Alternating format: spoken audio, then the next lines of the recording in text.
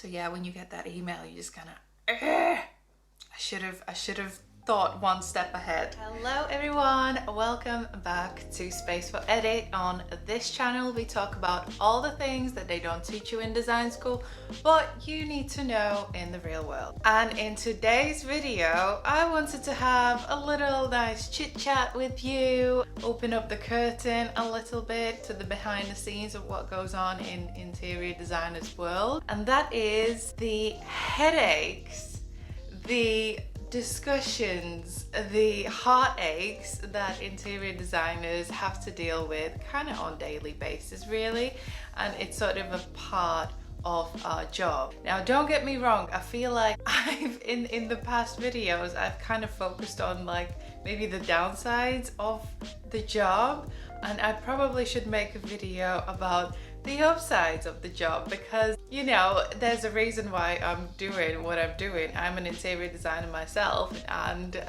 I love it, and obviously there are days when these things that we're going to be talking about in this video, you know, these things come up and you have to deal with them and it's stressful and it's annoying, but there are things that are amazing and then I start doing and I'm just like, yes, this lights me up, this gives like that fire in my belly. So I'm gonna make a video about those as well. But today, let's just have a little moan, a little good old school moan about the things that we hate and about the things that gives us headaches. So here we go, let's start. Actually, maybe before we start, I need to just clear it out that I am talking from a commercial designer perspective. I work within a team, I work for a company, and I'm kind of, you know, turning the lens that way. There's obviously things gonna change when you are working for yourself or when you are even working in a residential design realm, but in general, like maybe nuances of those things will change, but in general I think we all have the same headache. So I don't know, just take it with a pinch of salt maybe. Okay, and my biggest pain point I think is budget. Working within a budget, trying to guess a budget when client doesn't really want to share how much they can spend, client's expectations versus client's budget. Those are often very different things, you know, they want everything and everything to be great and beautiful quality and beautiful detail, but their budget does not really stretch that far. Then managing the overall budget, so you know we get a budget of let's say 250k and then we have this great big space to design. Managing that money to fit the design that you have created into that budget, that gives me massive headache. I'm not really a numbers kind of person. I don't like to really worry about money in general. Like I don't mind talking about money. I've made videos about design fees and charging for your services and all that. I don't mind talking about it, but worrying and planning it out, that gives me massive headache, because more often than not people can't afford what they want, and it is our job to figure out how can they afford that, and that does not bring me joy. So budget, definitely top thing that gives me headaches. Second thing that in the past has given me headaches is communication, and almost maybe the lack of communication in some situations.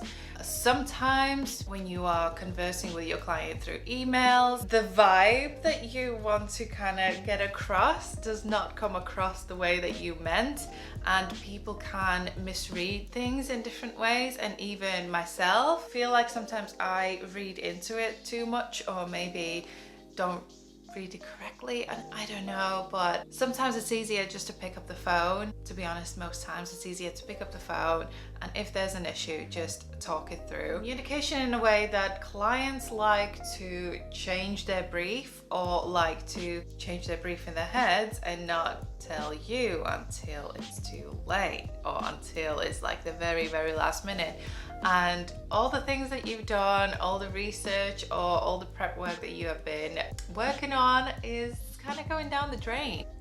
So yeah, clients changing brief along the way, headache, yes, definitely. And communication also in a way that when clients don't know how to work with a designer, or they've never worked with a designer before and they don't really understand the process or the processes, the steps that you take all across the project. So it is really your responsibility in the beginning to really nail that down and explain what, when, and how is going to be delivered, because you might end up like halfway through the project and your client's expecting you to have done loads more than you've already had, and that is just not the way you work, or that is just not, you are just not able to provide that information just yet. There needs to be a few more steps in between. So explaining that, or even the lack of explanation of that, can give us headaches as well.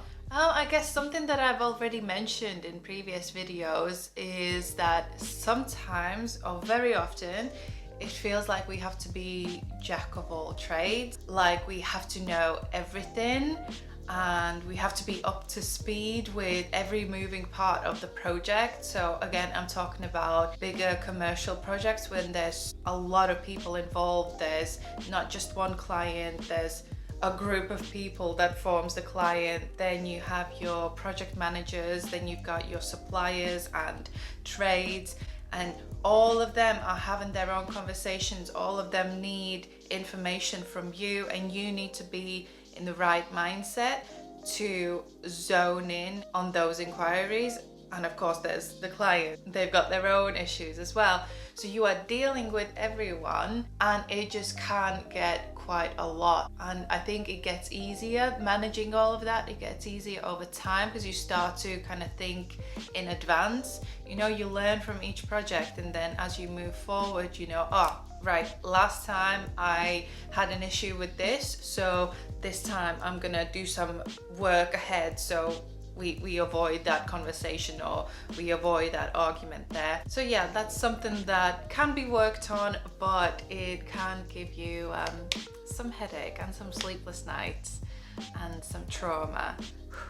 Anyways, let's carry on. Maybe one of the last things I want to talk about is creative blocks. We are creative people. Obviously, our job, like I said, is very demanding. There's a lot of moving parts, a lot of people needing your attention, and you need to divide your attention in many directions. So when all of that is required from you, sometimes it is hard to channel that creativity and that creative flow, especially in the beginning stages of a project when you really need to generate those amazing ideas, or you know, when you have to be the most creative. And yeah, sometimes you just have a creative block and nothing fits, nothing clicks together, it doesn't look right. And it's even worse when there's a deadline creeping around the corner and you know you have to get something done, but you just can't get it out of you, out of your own head. And obviously if you are working in a team, brilliant, because then you can ask for help from your team members, which if I do have a creative block, I will go out to other team members and I will say, guys, can you have a look at this? What do you think? What's your ideas? Have you got any images I can use for presentations, or have you got any ideas for this solution? So it is good to ask for help if you've got support system maybe behind you, but if you are working on your own, I feel like that can be quite scary. So then if you are working on your own, it just shows you one more time how important it is to have some sort of a support system, some network of designers that you can have a chit chat with and just exchange ideas as well, because you know, fresh eyes, they can change everything.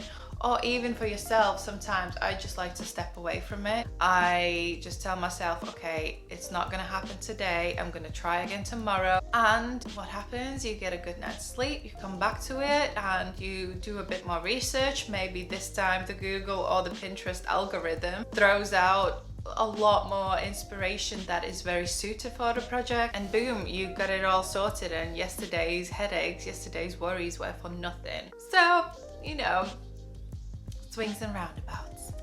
And then I've got some little questions, pointers that I asked my Instagram followers. By the way, if you don't follow me, make sure you follow because I'm on Instagram all the time. So people left some pointers and some questions, and one of them was lead times. And yes, that is a struggle, especially now in the current climate that we are all kind of struggling in or living in.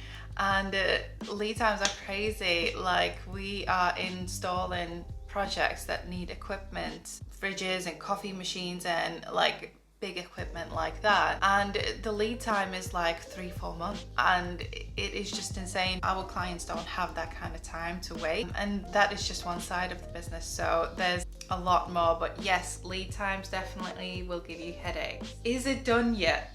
Someone has commented, is it done yet? I don't really get clients asking that question much, but what we do get is that when you get carried away and you've got multiple projects at different stages, you know, so one project might be going on site the following week, and then you are working on a concept, and then you are helping out another team member.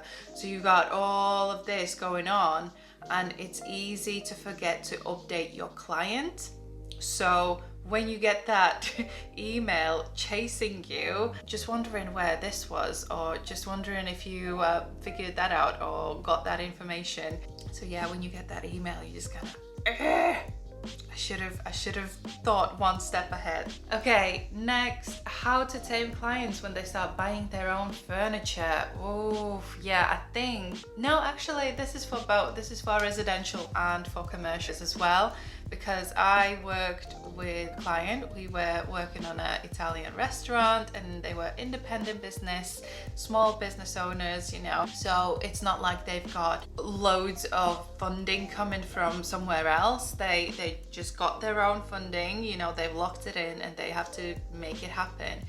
And we did the whole concept. It was lovely to work with them. But then once it got to a point where we had to start placing orders and had to look at the cost of everything, they wanted to go with their own sources. They could see that there is a chair somewhere online for £30. Why should they buy a chair that costs 90, 100, 120 pound when they can buy that for 30 pound? Well, the difference there is that we can guarantee that that is commercial grade and that is going to last you, whereas I don't know anything about that online website that you've gone to and where you've looked at, and I can't give my kind of guarantee for it. So if this happened, if your clients just want to go with their own furniture, they want to go do it themselves, and then I think the only way is to just let them. Honestly, save yourself that hard time, and whatever you do, do not get involved. It's not worth it unless they are paying you loads of money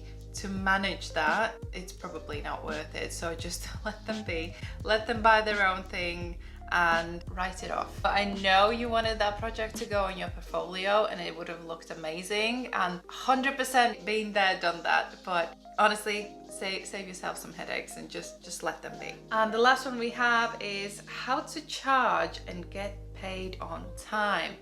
Boom.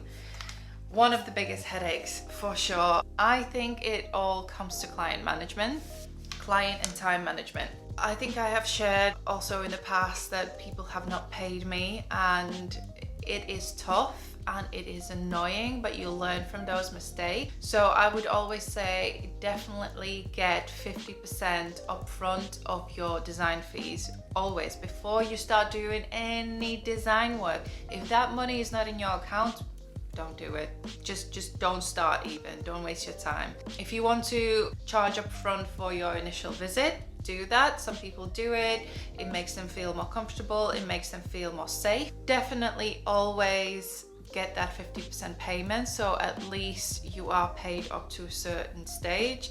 And then when it's starting to come up to the next payment, I would say then again the 25% when you finish a certain stage, and then another 25% maybe on completion or right before you submit your last designs or whatever, however you feel confident. But at least you have broken down your fees and it's not like a one-off payment. It's better for you, it's better for the client, and manage them, keep them updated. Make sure that you have gone through your design fee proposal and you have mentioned all of these key dates when those payments need to be made. So you are not being rude when you are asking for money or asking to be paid. This is normal. People don't walk in the shop and don't expect picking up things from the shelves and then maybe paying for it later on. I don't know, maybe like a month later. People expect to pick up a thing, put it in their cart, scan it, and pay for it straight away. And your design services are no different.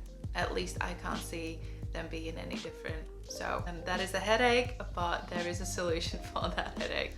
Okay guys, well that's it for today's video. Those are the little or big headaches that we have to deal with as interior designers. Like I said, it's not all of rainbows, butterflies and unicorns over here. It is quite a challenging job, and at the same time the negatives definitely have a lot of positives. So I'm definitely making that video about the positive side because I feel like that's going to be a nice cozy video to make and very inspiring as well. So don't let this stop you. If you want to become an interior designer, don't let this stop you. Just take this information, absorb it, and be prepared. You know, if you want to be working in this field, you have to have thick skin. You have to, and it will grow and you will change and you will adapt and learn along the way. So it's all good. It's all part of the process. All right guys, if you have any questions or let me know what you thought about this video in the comment section below, hit the like please. That tells YouTube that this content is valuable and people like it. So it will really help me a lot. And if you're not subscribed, subscribe. I am back on the tube. There is a structure, there is a schedule that I'm following, and there will be videos coming at you every single week. So make sure you tune in, make sure you subscribe and hit the bell for little notifications every now and then. Okay guys, I'll see you in the next video. Oh, check out these videos if you want to stay and watch more. Okay, bye.